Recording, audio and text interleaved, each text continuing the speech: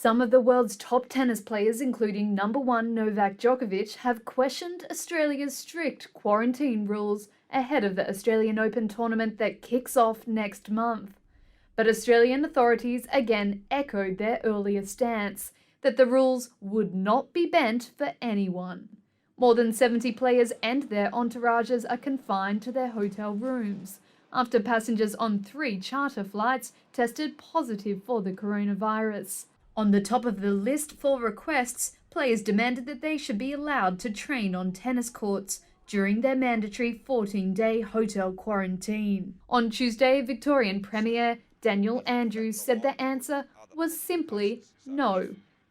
Tournament director Craig Tilley spoke to the players on a call Monday night to smooth over their concerns. I have to say that on that call there were about 500 players, and the vast majority are happy to be here, pleased to be here, and really getting ready in the next 2 weeks to be able to get out and play the leading events and then play the Australian Open on February the 8th. So, meanwhile, in neighbouring state New South Wales, Hollywood actor Matt Damon was granted an exemption from hotel quarantine after arriving in Sydney to film a sequel to the superhero film Thor.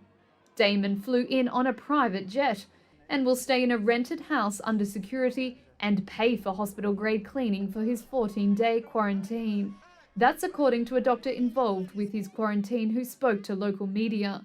Australia questioned how the government could make room for 1,200 tennis players and their entourages for next month's Australian Open, but not its own citizens who are stranded overseas due to the coronavirus pandemic.